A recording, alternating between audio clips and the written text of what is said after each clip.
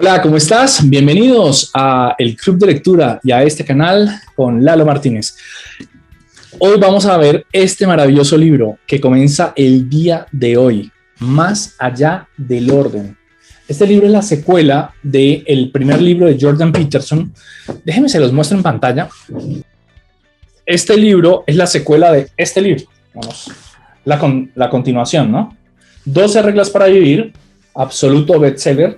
Tiene más de 5 millones de libros vendidos y acaba de salir este otro de acá. Lo estuve esperando por más de un mes en Colombia, que nada que lo traían, gracias a Dios ya llegó. Este libro ha sido, digamos, lo de los más vendidos los últimos años. Y Jordan Peterson escribe, digámoslo así, la segunda parte. Así que delante de todos ustedes vamos a abrirlo. Me costó menos de $20. Emoción, ¿no? Me encanta abrir libros. Lo compré en la Panamericana. Esto lo compré en la Panamericana. Bueno, y empezamos con este maravilloso libro. Trae en la parte de abajo como que esta hojita, acá, que de hecho es una mención al libro anterior, ¿no? Dice así: Jordan Peterson, 12 reglas para vivir, más de 5 millones de ejemplares vendidos en todo el mundo, bajo el disfraz de manual de psicología. La obra de Peterson esconde un ensayo bomba contra la corrección política y la cultura de la queja. Periódico El Mundo, The Guardian, uno de los más eclécticos y estimulantes autores de hoy en día. Bueno, vamos entonces ahora sí con Más allá del orden. Está bien bonito, ¿no?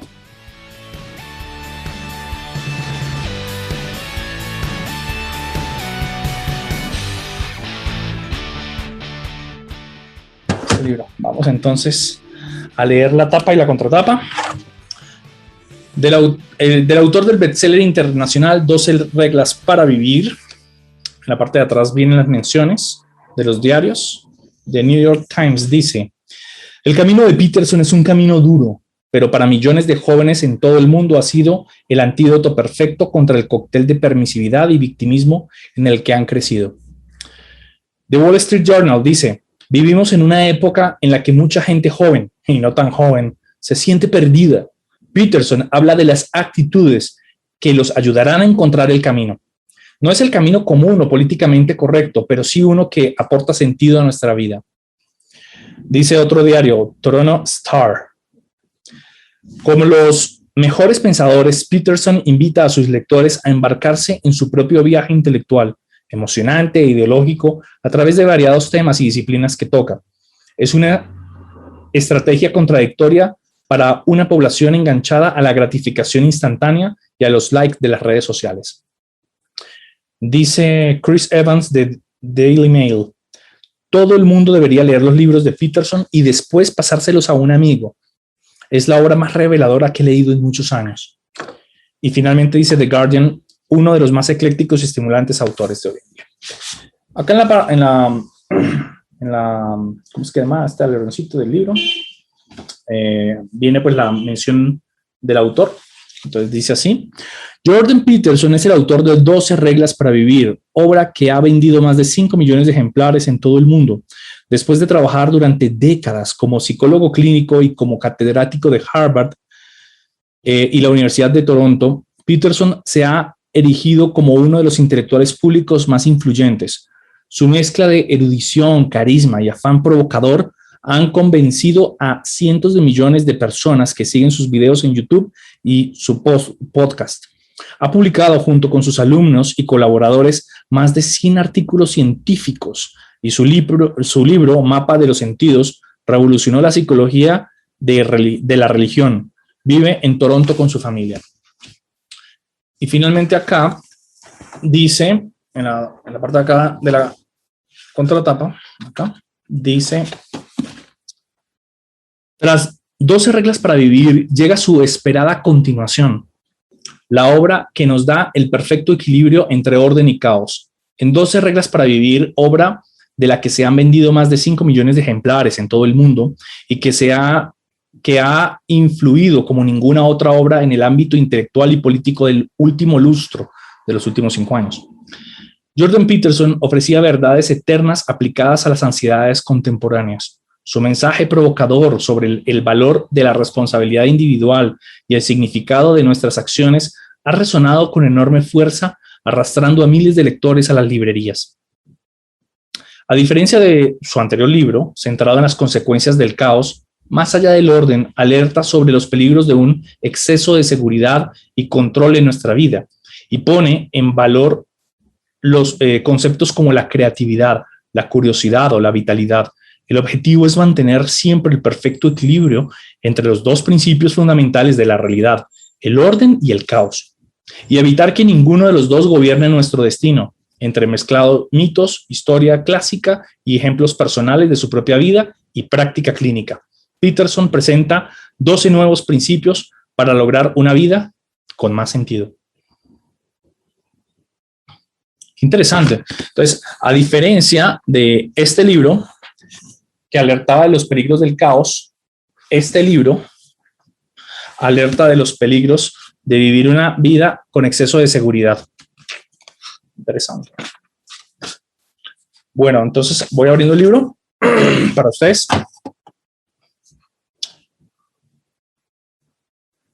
Dice, más allá del orden. Qué emocionante. Jordan Peterson, Más allá del orden, 12 nuevas reglas para vivir. Editorial Planeta.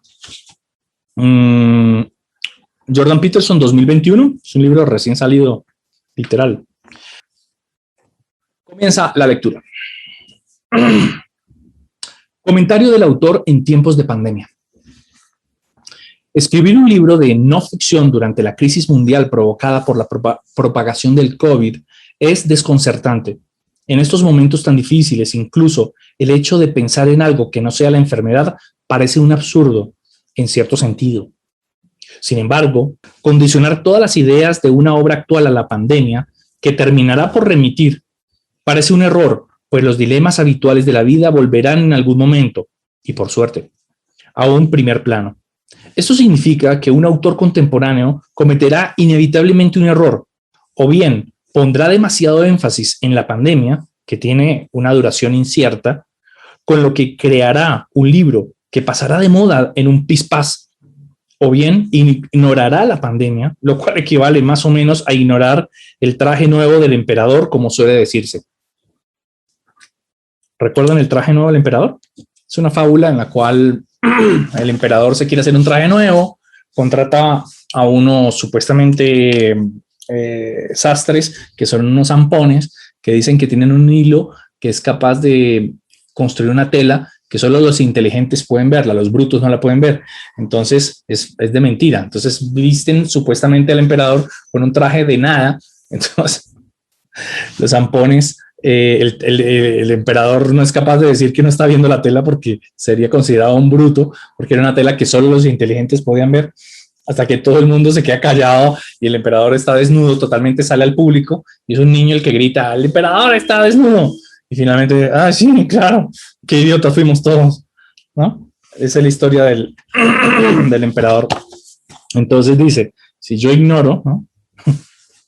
O bien ignorar la pandemia, lo cual equivale más o menos a ignorar el traje nuevo del emperador, como suele decirse. Tras considerarlo y debatir en cuestiones de mis editores, decidí escribir Más allá del orden, 12 nuevas reglas para vivir, conforme al plan urdido hace varios años, haciendo hincapié en asuntos que no son específicos de la época actual, de modo que existe el riesgo de cometer el segundo error, más que el primero. Supongo que también podría decirse que aquellos que han optado por leer este libro o escuchar su versión en audio se sentirán aliviados de poder distraerse con algo que no sea el coronavirus y la devastación que ha sembrado.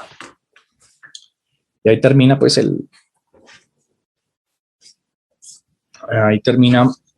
comentario del autor en tiempos de pandemia.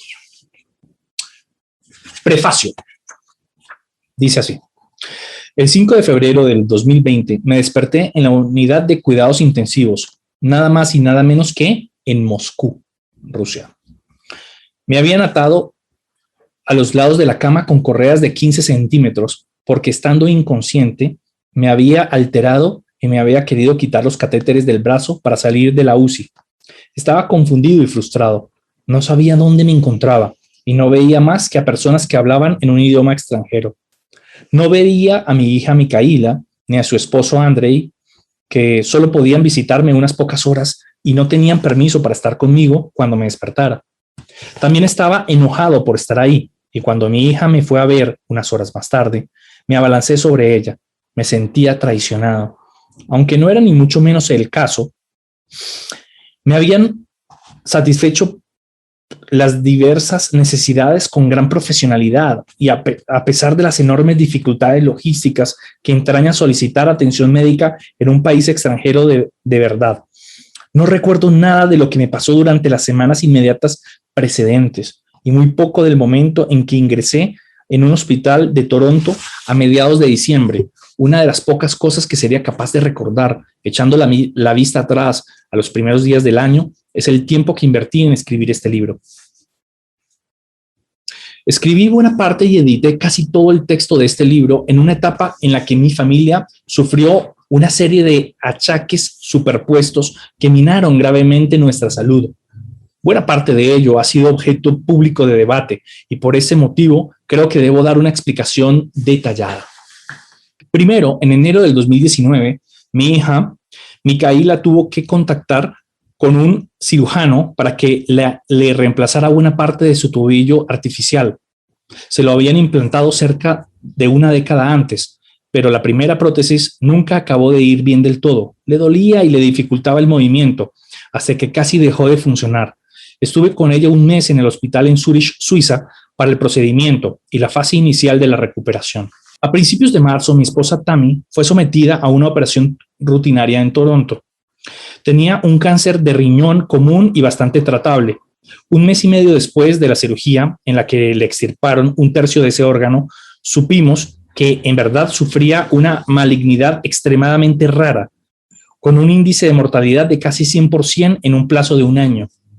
2 semanas después, los cirujanos que le tenían a su cargo le extirparon las 2/3 partes que le quedaban del riñón afectado, así como una porción considerable del sistema linfático abdominal. La cirugía pareció frenar la progresión del cáncer, pero desencadenó una fuga de fluido que hasta 4 litros al día de su sistema linfático dañado. Una condición llamada ascitis quilosa, tanto o más peligrosa que la dolencia original. Visitamos a un equipo médico de Filadelfia y Tammy dejó de perder fluido por completo 96 horas después de que le inyectaron un tinte de aceite de amapola, cuya aplicación práctica era la mejora de las imágenes de las tomografías y resonancias magnéticas. Este avance se produjo el mismo día que cumplíamos 30 años de casados. Se recuperó deprisa y al parecer del todo, prueba de la suerte que todos necesitamos para vivir, así como de su admirable fortaleza y resistencia. Por desgracia, mientras ocurría todo esto, mi salud iba a peor. A principios de 2017, Juan había empezado a tomar un ansiolítico, después de sufrir lo que parecía ser una reacción autoinmune a algo que se había comido durante las Navidades del 2016. Acá hay un asterisco que dice abajo: la enfermedad que le costó el tobillo a mi hija Micaela y que le obligó a sustituirlo, junto con su cadera, también era inmune. Y mi esposa tenía unos síntomas artríticos similares a los de Micaela. Solo lo menciono para arrojar algo de luz a por qué se valoró un programa de respuesta inmune y por qué tenía cierto sentido.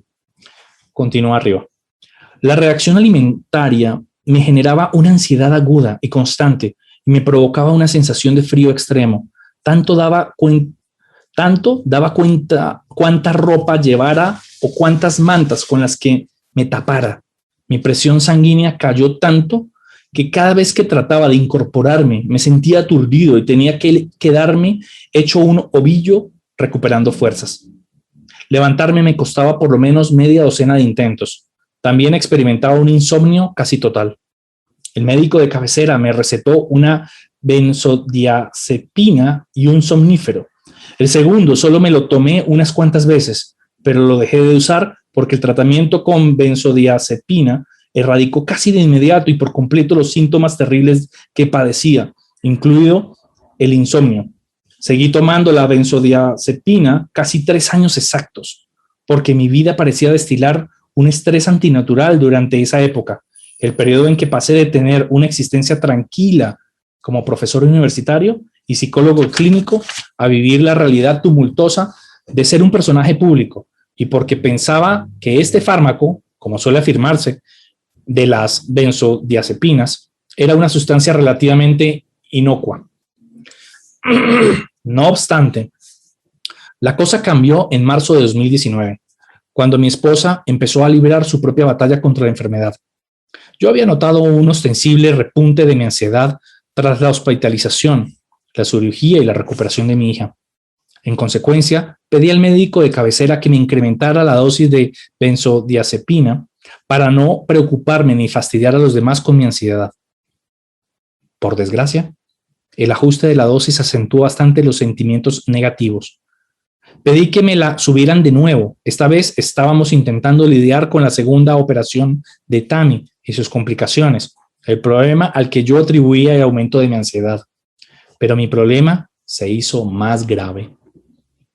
No pensara que fuera para nada una reacción paradójica a la medicación, cosa que ahora sí creo, sino la reaparición de una tendencia a la depresión que me había asolado durante años. Otra nota de pie de página. Durante 2 décadas tomé inhibidores de recaptación de serotonina como Celexa. Me ayudaron muchísimo, pero dejé de tomarlos a principios de 2016 porque hice un cambio de dieta que los volvía innecesarios. Continúa arriba. En cualquier caso, dejé de tomar por completo la benzodiazepina en mayo de ese año y probé con 2 dosis de ketamina en una semana, como me sugirió el psiquiatra al que consulté. La ketamina es un anestésico psicodélico poco convencional que en ocasiones puede surtir efectos positivos extraordinarios e inmediatos sobre la depresión. No me ayudaron en nada. Fueron 2 viajes de 90 minutos al infierno. Me hicieron sentir una culpa y una vergüenza inmensa por todo y me llevaron a ignorar lo que había extraído de mis experiencias positivas. Varios días después de la segunda experiencia con ketamina, comencé a padecer las secuelas de un síndrome de abstinencia agudo relacionado con la benzodiazepina. O sea, se empezó a sentir pues una cierta adicción a este medicamento, ¿no? Fue un auténtico tormento. Me invadió una ansiedad muy superior a la que jamás he experimentado, así como una agitación, una necesidad imperiosa de moverme, formalmente conocida como acaticia, pensamientos abrumadores de autodestrucción y la ausencia completa de cualquier tipo de felicidad. Un amigo de la familia y médico me ilustró sobre los peligros de la abstinencia repentina de benzodiazepina, así que comencé a tomarla de nuevo, aunque en una dosis menor de la que había llegado a tomar. Muchos de los síntomas remitieron, pero no todos. Para combatir el resto, también empecé a tomar un antidepresivo que me había ido de maravilla en el pasado, pero lo único que consiguió fue hacerme sentir muy agotado, con lo que necesitaba dormir al menos 4 horas más al día. Un hándicap importante durante los graves problemas de salud de Tammy, además de multiplicarme el apetito por 2 o por 3. Al cabo de 3 meses de terrible ansiedad, de hiperinsomnia descontrolada, de una acaticia terrible, desgarradora y de un apetito exagerado, acudí a una clínica norteamericana que afirmaba estar especializada en la abstinencia rápida de la benzodiazepina. Pese a las buenas intenciones de muchos de sus psiquiatras, en la clínica solo consiguieron reducir ligeramente y lentamente mi dosis de benzodiazepina. Además, empecé a notar los efectos negativos incontrolables con el tratamiento de hospitalización que ofrecían. Con todo, estuve en esa clínica desde mediados de agosto, apenas unos días después de que Tammy se hubiera recuperado de sus complicaciones quirúrgicas, hasta finales de noviembre, cuando regresé a la casa en Toronto, en un estado deplorable. Por aquel entonces, la acaticia, el trastorno de movimiento incontrolable al que aludí antes, se había exacerbado hasta que ya no podía sentarme ni descansar en ninguna postura durante un rato sin sentir graves molestias. En diciembre ingresé a un hospital de la zona momento en el que empieza mi laguna respecto a los sucesos que precedieron a mi despertar en Moscú. Como supe más tarde, mi hija Micaela y su esposo Andrei me sacaron del hospital de Toronto a principios de enero porque pensaban que el tratamiento que recibía ahí me estaba haciendo más mal que bien. Una opinión con la que convine totalmente en cuanto me enteré. Al recobrar la conciencia en Rusia, la situación se había agravado por otro hecho. En Canadá también había contraído una doble neumonía, aunque no me la detectaron ni la trataron hasta que llegué a la UCI en Moscú. No obstante, estaba allí, sobre todo, para que la clínica me ayudara a dejar de tomar benzodiazepina, utilizando un procedimiento desconocido o considerado demasiado peligroso en Norteamérica. Como no había conseguido tolerar ninguna reducción en la dosis, aparte de la disminución inicial de hacía meses, la clínica me indujo un coma para que estuviera inconsciente durante los peores tramos de la abstinencia. Ese régimen comenzó el 5 de enero y duró 9 días, durante los cuales también me conectaron a una máquina para regularme la respiración. El 14 de enero me quitaron la anestesia y la intubación. Me desperté unas horas, tiempo durante el cual indiqué a mi hija que ya no sufría acaticia, aunque no recuerdo nada. El 23 de enero me pasaron a otra UCI especializada en rehabilitación neurológica. Recuerdo que despertarme durante un breve periodo el día 26, hasta que recuperé por completo la conciencia, como he explicado antes. El 5 de febrero, 10 días durante los cuales transité por un delirio de vivida intensidad. Una vez despejado, me mudé a un centro de rehabilitación más acogedor a las afueras de Moscú. Allí tuve que aprender otra vez a subir y bajar las escaleras, abotonarme ropa, acostarme solo, colocar bien las manos sobre el teclado del ordenador y teclear. Tenía la sensación de que no veía bien, o mejor dicho, de que no sabía usar mis extremidades para interactuar con el entorno. En cuanto a los problemas de percepción y coordinación hubieron remitido bastante, al cabo de unas semanas, Micaela, Andrei, mi nieta y yo nos mudamos a Florida.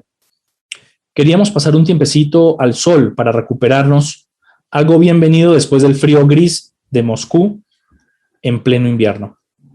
Esto fue justo antes de que cundiera pánico global por la pandemia del COVID-19. En Florida, intenté desintoxicarme de la medicación que me había recetado la clínica de Moscú, aunque seguía con la mano y el pie izquierdos entumecidos. Tenía temblores en esas dos extremidades y en los músculos de la frente y sufría una ansiedad muy severa. Todos estos síntomas se acentuaron bastante a medida que fui reduciendo la toma de medicación hasta el punto de que, 2 meses después, había vuelto a las dosis que me habían prescrito inicialmente en Rusia. La derrota me dejó tocado, pues había empezado a reducir el consumo, animado por un optimismo que acabó hecho trizas. Además, volví a los niveles de medicación que había intentado eliminar, por lo que había pagado un alto precio. Tuve la suerte de contar con familiares y amigos que estuvieron conmigo durante esta fase y su compañía me animó a seguir adelante, a pesar de que los síntomas que experimentaba se volvían insoportables, en especial por la mañana. A finales de mayo, 3 meses después de dejar Rusia, era obvio que estaba empeorando, no mejorando. Además, depender de las personas a quienes amaba y que correspondían a ese sentimiento era insostenible e injusto. Micaela y Andrei habían estado en contacto con la clínica serbia, que ofrecía un método novedoso para tratar el síndrome de abstinencia de benzodiazepina, y movieron los hilos para trasladarme ahí, solo 2 días después de que ese país hubiera reabierto sus fronteras tras el cierre por la pandemia. No voy a afirmar que lo que nos sucedió a mi esposa y a mí, y a los que tanto ayudaron a cuidarla, acabó desembocando en un bien mayor. Lo que le pasó a Tammy fue un auténtico horror. Esta frase es muy, muy de Jordan Peterson. No voy a afirmar que lo que nos sucedió a mi esposa y a mí, y a los que tanto nos ayudaron a cuidarla, acabó desembocando en un bien mayor. Lo que le pasó a Tammy fue un auténtico horror. Durante más de medio año estuvo encadenando crisis de salud graves y casi fatales cada 2 o 3 días, y luego tuvo que lidiar con mi enfermedad y con mi ausencia. Por lo que a mí respecta, estaba desolado con la probable pérdida de alguien que había sido mi amiga durante 50 años y mi esposa durante 30. Estaba horrorizado de ver la terrible factura que aquello les pasaba a otros familiares, incluidos nuestros hijos, y a penosas consecuencias de una dependencia farmacológica en la que caí sin darme cuenta. No voy a rebajarlo afirmando que somos mejores personas gracias a que superamos todo esto. No voy a rebajarlo afirmando que somos mejores personas gracias a que superamos todo esto. No obstante, puedo decir que pasar tan cerca de la muerte motivó a mi esposa a abordar algunas cuestiones relativas a su desarrollo espiritual y creativo de forma más inmediata y asidua de lo que había hecho. Y a mí me llevó a escribir o a rescatar durante la revisión solo aquellas palabras que seguían siendo importantes aún en condiciones de sufrimiento extremo. No cabe duda de que es gracias a la familia y amigos, a quienes cito específicamente en el epílogo de este libro, que seguimos vivos, pero también es verdad que la inmersión plena en lo que estaba escribiendo, que continuó durante todo el tiempo que he descrito, exceptuando el mes que pasé inconsciente en Rusia, me aportó tanto una razón para vivir como un medio para comprobar la viabilidad de las ideas que barajaba. Creo que no he dicho jamás, ni en mi libro anterior ni en este, a decir verdad, que baste necesariamente convivir conforme a las reglas que he presentado. Creo que lo que afirmé, al menos eso espero, fue esto. Cuando el caos te sobreviene y te fagocita, cuando la naturaleza te maldice a ti y a alguien que amas con la enfermedad, o cuando la tiranía hace pedazos algo valioso que has erigido, es saludable conocer el resto de la historia. Todo ese infortunio no es más que la mitad triste del relato de la existencia y no tiene en cuenta el elemento heroico de la redención o de la nobleza del espíritu humano que exige cargar con cierta responsabilidad. Nosotros mismos nos arriesgamos a ignorar este apéndice de la historia porque la vida es tan complicada que perder de vista esa parte heroica de la existencia podía tener un coste inasumible. No queremos que pase algo así. Lo que necesitamos es hacer de tripas corazón y ver las cosas con atención y lucidez y vivir de la mejor manera posible. Existen fuentes de fortaleza en las que puedes inspirarte y aunque no funcionen del todo, podrían bastar. Existe lo que uno puede aprender si es capaz de aceptar su error. Existen medicamentos y hospitales, así como médicos y enfermeros que se dedican en cuerpo y alma y con valor a levantarte el ánimo y ayudarte a superar el día. Y luego está tu propia personalidad y tu coraje. Pero si están hechos puré y estás dispuesto a tirar la toalla, todavía tienes la personalidad y el coraje de aquellos a los que quieres y los que te quieren. Claro, llega un momento en la vida en los cuales, o sea, está en el hospital, tienes los mejores médicos y las mejores enfermeras a tu lado. Dedican de cuerpo y alma pues a salvarte. De repente luego está tu propia personalidad y tu coraje, pero que están hechos puré y estás dispuesto a tirar la toalla, pero todavía tienes la personalidad y el coraje de aquellos a los que quieres y que te quieren. Y tal vez no es seguro, con eso puedas salir adelante. Te puedo decir lo que me ha salvado a mí hasta ahora, el amor por mi familia, el amor que sienten por mí, los ánimos que me han infundido ellos y mis amigos, el hecho de que aún tuviera una labor importante que hacer mientras deambulaba por el abismo. Me tuve que forzar a sentarme delante del ordenador durante los interminables meses en que estuve trasido de terror. Tuve que forzarme a concentrarme y a respirar, a no mandarlo todo al carajo. Y a duras penas lo conseguí. Me pasé más de la mitad del tiempo convencido de que iba a morir en alguno de los muchos hospitales en los que estuve ingresado. Y creo que si hubiera caído presa del rencor, por ejemplo, seguro que habría fallecido. Igual que creo que tengo suerte de haberme librado de ese destino. Aunque no siempre nos libre del terrible aprieto en que nos encontramos, podría ser que todos fuéramos más capaces de gestionar la incertidumbre, los horrores de la naturaleza, la tiranía de la cultura y de la maldad propia y ajena, si fuéramos personas mejores y más valientes. Si aspiráramos a valores más elevados, si fuéramos más sinceros, ¿no sería más probable que los elementos más amables de la experiencia se manifestaran a nuestro alrededor? ¿Acaso no es posible, si tus metas fueran lo bastante nobles, tu coraje el adecuado, tu honestidad infalible, que el bien generado acabara, en fin, justificando el horror. No es exactamente eso, pero es algo bastante cercano. Al menos estas actitudes y acciones nos podrían aportar suficiente significado para impedir que el encuentro con ese terror y horror nos corrompiera y convirtiera el mundo que nos rodea en algo muy parecido al infierno. Y acá se hace una pregunta muy interesante. ¿Por qué más allá del orden? Es simple. En cierto sentido, el orden es territorio explorado. Tenemos orden cuando los actos que estimamos apropiados generan los resultados que buscamos. Nos complacen, pues indican, primero, que nos hemos acercado a lo que deseamos y segundo, que nuestra teoría sobre cómo funciona el mundo sigue siendo bastante exacta. Aún así, todos los estados de orden, por más seguros y cómodos que sean, tienen sus defectos. Eso es bien interesante.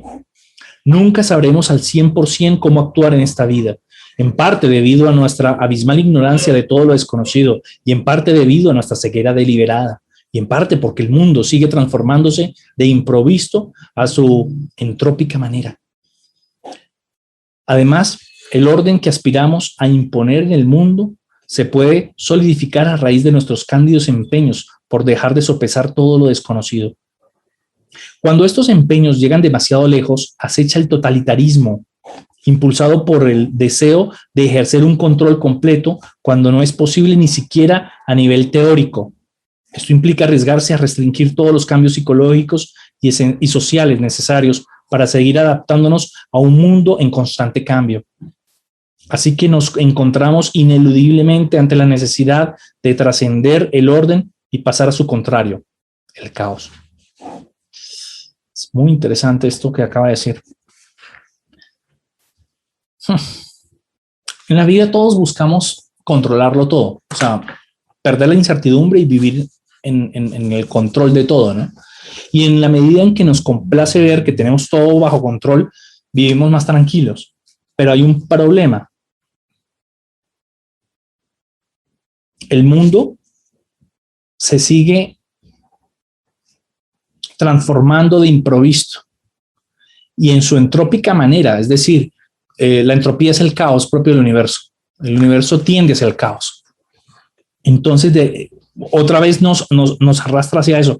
Y ahí es cuando, ¿qué pasa? Cuando todos los empeños llegan demasiado lejos por volver a controlarlo todo, que acecha el totalitarismo, impulsado por el deseo de ejercer un control completo. Es bien interesante lo que va a abordar este libro. Por eso le tengo muy buenas esperanzas a este título. Porque cuando queremos ejercer ya tanto control sobre las cosas, ahí está el peligro de la tiranía. Si el orden es el lugar donde se hace patente aquello de que queremos, cuando actuamos con la sabiduría labrada, con mucho denuedo, el caos es el lugar donde aquello que no preveemos o aquello en lo que hemos estado ciegos da un paso al frente de entre el potencial que nos rodea.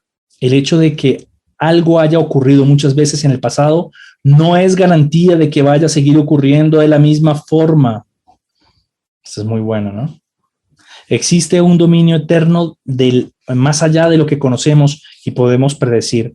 El caos significa anomalía, novedad, imprevisibilidad, transformación, alteración y en muchas ocasiones declive, pues lo que hemos acabado dando por sentado resulta de no ser de fiar. A veces se manifiesta con gentileza, revelando sus misterios en experiencias que nos llaman la atención, nos atraen e interesan. Esto es bastante probable, aunque no inevitable, cuando decidimos abordar lo que no comprendemos con esmerada preocupación y disciplina. Voy a repetirlo. Esto es bastante probable, aunque no inevitable, cuando decidimos abordar lo que no comprendemos con esmerada preocupación y disciplina. Otras veces lo inesperado se presenta de forma terrible, repentina o accidental, con lo que nos desmoronamos y nos sentimos desolados y solo logramos recomponernos tras mucho agobio. si es que lo terminamos consiguiendo. Claro. Entonces, por un lado,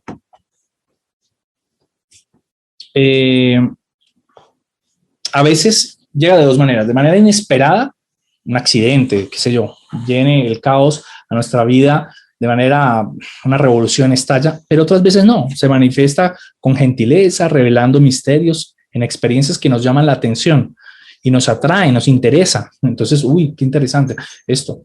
Y nos está llevando fuera de esa vida ordenada que teníamos antes. Digámoslo así. Me voy a aventurar a dar un ejemplo. Cuando la persona tiene toda su vida bajo control en su familia y tal, y de repente se siente atraído por una aventura con una persona del trabajo, pues se siente, va a explorar, va saliendo de su zona de control, ¿no? Ninguno de los estados, ni el orden, ni el caos, es preferible intrínsecamente al otro. Qué interesante, ¿no? Así es como hay que verlo. Sin embargo, en mi libro anterior, 12 reglas para vivir, un antídoto al caos, puse más el acento en cómo se podría remediar las consecuencias del exceso del caos. Respondemos al cambio repentino e imprevisible, preparándonos fisiológica y psicológicamente para lo peor. Y como solo Dios sabe que puede ser lo peor, en nuestra ignorancia debemos prepararnos para todas las eventualidades. El problema de esta preparación continua es que en exceso nos resulta extenuante. O sea, estamos preparando toda la vida para lo peor, obviamente es extenuante. Pero eso no implica de ninguna manera que haya que eliminar el caos, algo imposible en cualquier caso. Aunque lo desconocido se tiene que tratar con tiento, como resalté muchas veces en mi libro anterior. Todo lo que no se renueva se estanca y no cabe duda de que la vida sin curiosidad, ese instinto que nos empuja hacia lo desconocido, sería una forma de existencia emasculada. Lo nuevo también es lo excitante, apasionante y provocador, siempre y cuando el ritmo al que nos tenemos que aclimatar no mine ni desestabilice de forma intolerable nuestra existencia. Igual que en 12 reglas para vivir, este volumen explica reglas extraídas de una larga lista de 42, originalmente publicada y divulgada en el sitio web de preguntas y respuestas Quora. A diferencia de mi anterior libro, el tema general de Más allá del orden es explorar por qué convendría evitar los peligros del exceso de seguridad y control. O sea, este libro trata de evitar los peligros de un exceso de seguridad y control. O sea, básicamente de una vida tiránica que todo lo quiere controlar. Puesto que aquello que entendemos es suficiente, como descubrimos cuando las cosas que tratamos de controlar se desmandan de todos modos. Necesitamos mantener un pie en el orden mientras estiramos el otro a tientas hacia lo desconocido. Y así nos vemos impelidos a explorar y encontrar el significado más profundo de la frontera, con suficiente seguridad para mantener a raya el miedo, pero aprendiendo constantemente mientras plantamos cara a lo que todavía no hemos asimilado o aquello a lo que no nos hemos adaptado. Es este instinto del significado, mucho más profundo que el mero pensamiento, lo que nos lleva por un buen camino de la vida. Impide que nos sintamos abrumados por lo que hay más allá y lo que es igual de peligroso, que se nos atrofien o nos maniaten sistemas de valores y creencias obsoletos, dogmáticos y orgullosamente pregonados. Esto es muy, pero muy interesante. El hecho a dar cabida al cambio, al no estarlo controlando todo, impide que nos sintamos abrumados por lo que hay más allá y lo que es igual de peligroso, que nos atrofen o nos maniaten sistemas de valores y creencias obsoletos. Hay gente que va a tratar de oprimir a todo con tal de que ya no haya otro cambio, ¿no? ¿Sobre qué he escrito? Y para ser más concretos, la regla primera describe la relación entre las estructuras sociales estables y predecibles y la salud psicológica individual, y arguye que las personas creativas tienen que actualizar esas estructuras si quieren conservar su vitalidad. La regla segunda analiza la milenaria imagen del alquimista basándose en varias historias, antiguas y modernas, para arrojar luz sobre la naturaleza y el desarrollo de una personalidad humana equilibrada. La regla 3 advierte de los peligros de hacer caso omiso a la información vital para el rejuvenecimiento continuo de la psique, revelada por las emociones negativas como el dolor, la ansiedad y el miedo. La regla número 4 sostiene que ese significado que ayuda a la gente a sobrellevar momentos difíciles se encuentra no tanto en la felicidad, que es pasajera, sino en el hecho de adoptar voluntariamente una responsabilidad madura por uno mismo y por los demás. La regla 5 utiliza un solo ejemplo extraído de mi experiencia como psicólogo clínico para demostrar la necesidad personal y social de atender a los dictados de la conciencia. La regla 6 describe el peligro de atribuir la causa de los complejos problemas individuales y sociales a variables concretas como el sexo, la clase o el poder. La regla 7 expone la creación crucial entre el esfuerzo disciplinado y decidido y la gestación de un carácter individual capaz de afrontar la adversidad. La regla 8 hace hincapié en la importancia capital de la experiencia estética para guiar hacia lo verdadero, lo bueno, lo nutritivo en el mundo de la experiencia humana. La regla 9 defiende que el horror de las experiencias pasadas que todavía inspiran dolor y miedo se puede purgar a través de una exploración y reconciliación verbal voluntaria.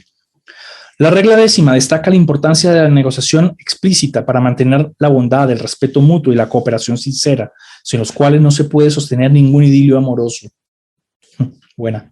La regla 11 empieza describiendo el mundo de la experiencia humana y explicando los motivos en 3 patrones comunes, aunque terriblemente peligrosos, de la respuesta psicológica. Además, define las catastróficas consecuencias de caer presa de cualquiera de ellos o de todos, y esboza una ruta alternativa. La regla número 12 argumenta que la gratitud ante las inevitables calamidades de la vida se debería considerar una manifestación primordial del admirable coraje moral que necesitamos para proseguir nuestro penoso ascenso. Acá hay una nota de pie de página que dice: quizás revista cierto interés señalar que este libro y su predecesor, aunque cada uno se sostiene por sí solo, fueron diseñados conjuntamente para plasmar el equilibrio que ambos tratan de describir. Es por eso que, al menos en las versiones en inglés, el primero está encuadernado en blanco y el segundo en negro. Constituyen un conjunto a juego, como los conceptos taoístas del yin y el yang. Bueno, yo todo el tiempo lo pensaba, de hecho, que él se refería justamente a eso, al yin y al yang. El enlace de mi canal de YouTube, ahí viene el canal de Jordan Peterson con videos. Podéis acceder a mi podcast y a mi blog. Continuamos arriba. Espero ser un poco más hábil a la hora de explicar este segundo conjunto de 12 reglas que hace 4 años, cuando escribí sobre la primera docena, sobre todo por los consejos que me han dado mientras intentaba exponer mis ideas a oyentes de todo el mundo. Tanto si me escuchan en persona como por YouTube o a través de mi podcast o de mi blog. Por tanto, espero haber logrado aclarar algunos temas que quizá no conseguí desgranar de manera óptima en mi anterior trabajo, además de presentar muchas ideas nuevas.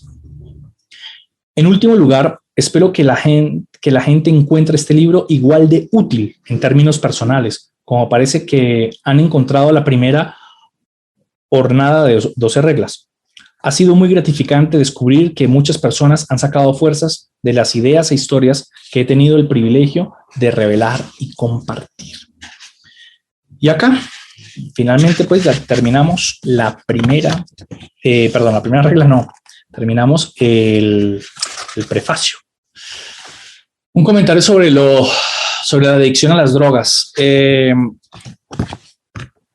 Los medicamentos son drogas, ¿no? Por eso se llama droguería. Y resulta que lamentablemente en los Estados Unidos principalmente, estoy diciendo únicamente, hay una industria montada encima, bueno, y él es de Canadá, ojo, yo sé que él es de Canadá y bueno, pero hay una industria montada en torno al tema de la medicación. Han convertido a decenas de miles de personas en adictos a drogas que realmente... Yo no sé cuál es el trasfondo y el límite moral de ese tema. He visto horrorizado cómo hay estudios que cuestionan, por ejemplo, medican a los niños por temas como hiperactividad, cuando en realidad son simplemente niños. Por ser niños, pues les gusta jugar, distraerse. Y a los adultos también. y con mucha frecuencia les mandan fármacos a los cuales fácilmente las personas caen en unas dependencias de las cuales difícilmente pueden salir. Y es muy doloroso ver cómo hay una industria gigantesca de las farmacéuticas que se están lucrando de millones y millones de personas con este tema. En el caso pues, de Canadá, que es colinda con Estados Unidos, creo que son muy semejantes a la hora de prescribir todos estos fármacos. Pero me parece muy doloroso ver eso, justamente, cómo tanta gente terminan adictos a una cantidad de pastillas y ya no pueden salir de ello. Y bueno, fue el caso del autor de nuestro libro que afortunadamente salió de ese pozo y pudo entregarnos esta maravillosa obra. Miren, les voy a contar algo. Esto que acabamos de leer del autor, yo creo que es una de las razones por las cuales las personas están más medicadas que nunca en la historia ahora, y con graves problemas emocionales, psicológicos, y es la soledad. Nunca antes en la historia vivimos en metrópolis tan grandes, ¿no? Bogotá es gigante, Santiago, México, ni hablar de las ciudades de Estados Unidos, abarrotadas de gente, vecinos en torres de edificios impresionantes, de gente sola, que no saluda a sus vecinos, que no tienen con quién interactuar, que no saben cómo se llama la persona a la puerta del lado, personas que no tienen con quién compartir sus pensamientos. Y ¿saben lo peor de todo? De lo que está pasando en el mundo de hoy es la disgregación total de la familia en el punto de la pelea entre hermanos, padres, hijos. Hay una desconfianza impresionante entre los mismos familiares. Yo lo he visto muchas veces, peleas horribles por herencias, ¿no? Alguien se muere y se pelean esos hijos, pero que es impresionante y nadie confía más en nadie. Y eso es lo que está pasando. El tejido social se está desmoronando. Entonces, hay que hacer un pensamiento. Una de las razones por las cuales tanta gente se siente mal psicológicamente es justamente porque no tiene esos lazos sociales. Se está disgregando. No hay verdaderos amigos, ¿no? Mucha gente dice, yo tengo amigos. Pero cuando llega la hora de probar quién es tu amigo, la prueba la pasan muy pocos. Entonces, eso es lo que está pasando también en nuestra sociedad.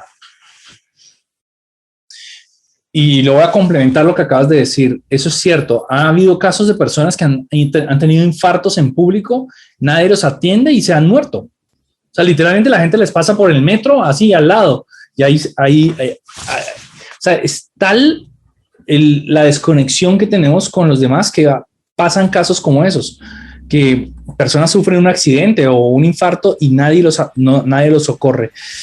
Y les voy a decir algo que es muy importante. Nosotros interactuamos muy probablemente según lo aprendimos de nuestro entorno, o sea, nuestro entorno familiar, nuestro entorno donde fuimos educados y nuestros amigos, pero a partir del momento en que tú eres consciente, dejas de actuar en automático según el modelo aprendido.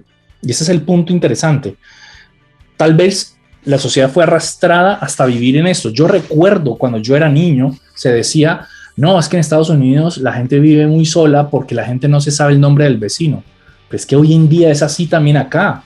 En Bogotá, la gente no se sabe el nombre de la persona que vive al lado. O sea, literal, la gente vive muy sola. Y eso ya es una pandemia a nivel global.